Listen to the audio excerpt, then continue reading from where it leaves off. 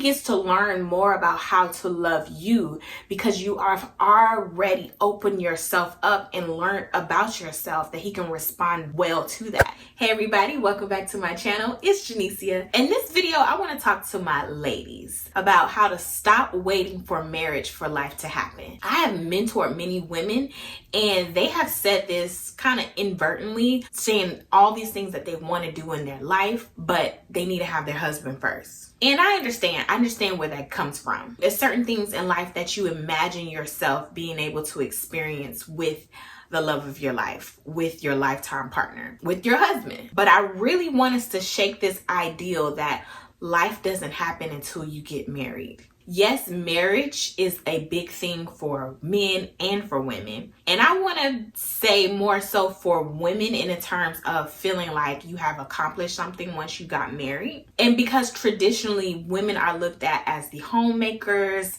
as the caretakers, as the nurturers, our identity a lot of times is wrapped up around a family. And that family involves a man. And so we feel like we can't do things or experience things, or our life doesn't really begin until that man enters the picture. But I want to submit to you to why.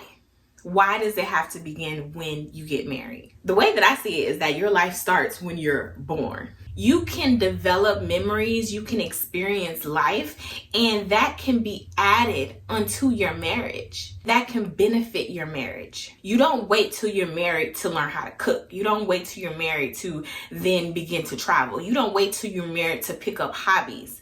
Like, you are who you are before you enter a marriage, and all that you have learned should go into the marriage to benefit the marriage. Marriage is a beautiful thing, but it is not everything. It is not the end all be all of life. I encourage women to get to know who they are before they get married. You need to know what you like and what you dislike, where you like to go and where you don't like to go, what you like to do and what you don't like to do, so that you can communicate that to your spouse, so that you know what type of relationship that you want in the first place, so that you know what type of partner that you want in the first place.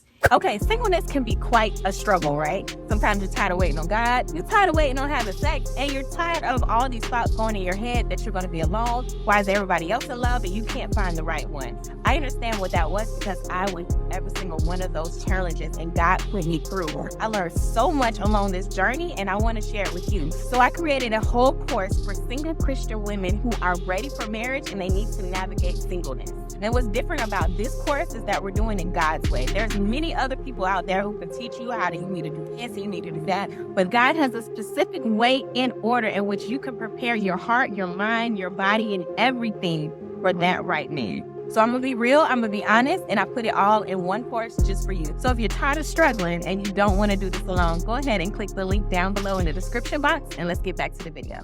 If you have never traveled because you're waiting to travel with your spouse, then once you get married and you start traveling, you realize you just love it and you can't live without it. But then you marry someone who hates to travel, hates to pack a suitcase, hates to go to a hotel, hates to leave their house.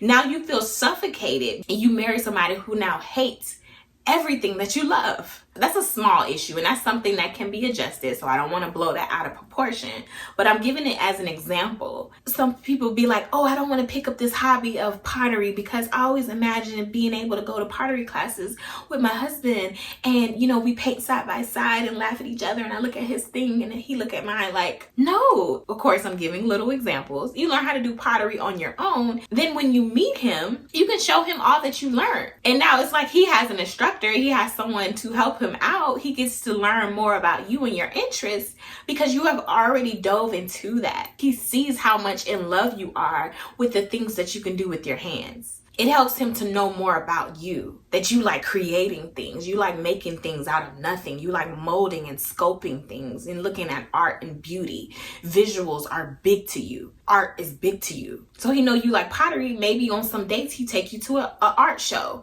You know, he gets to learn more about how to love you because you have already opened yourself up and learned about yourself, that he can respond well to that. And I always encourage single women to stay busy. In order to patiently wait and not be getting into stuff you do not need to be getting into, especially if you're trying to stay celibate, you need to be busy. You need to be traveling. You need to be finding hobbies. You need to be hanging out with good friends. You need to be finding a community that's going to help you grow. You need to be getting closer to God. You just need to have a whole world going on. If not, your mind is going to be idle. You're going to be thinking about how you lonely. You're going to be thinking about how you want to have intercourse. You're going to be just thinking about everything. You need to stay busy. So that entails having a life, developing a life, learning things about yourself. If you don't break free of feeling like your life cannot begin and you cannot experience and explore things until you get married, that's most likely because you're holding marriage as an idol.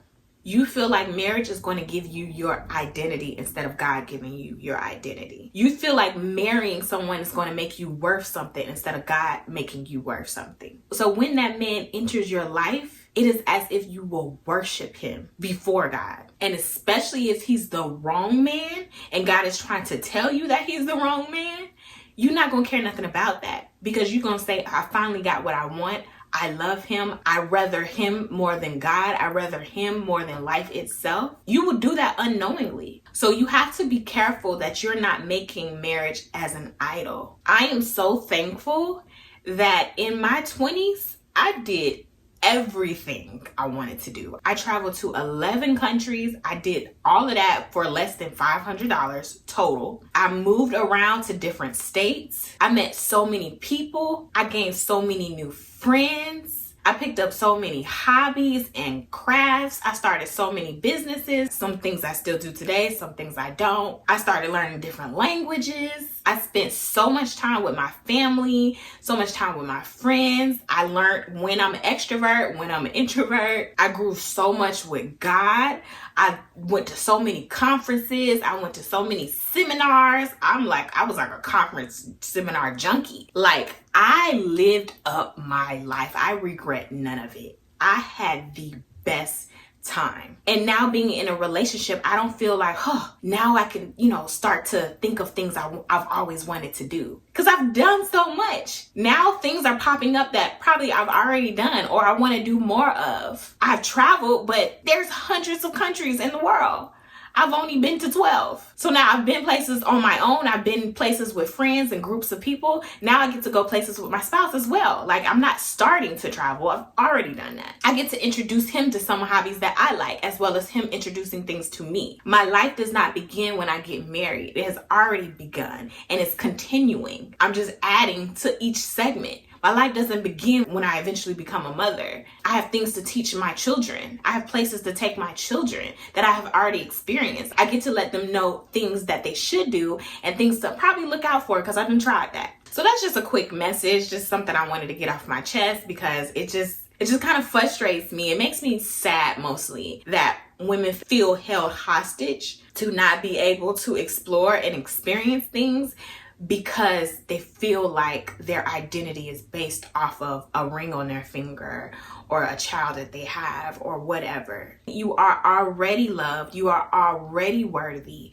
because God said you are, because God made you that way. So live it up and just take that to another level when the man of God enters your life.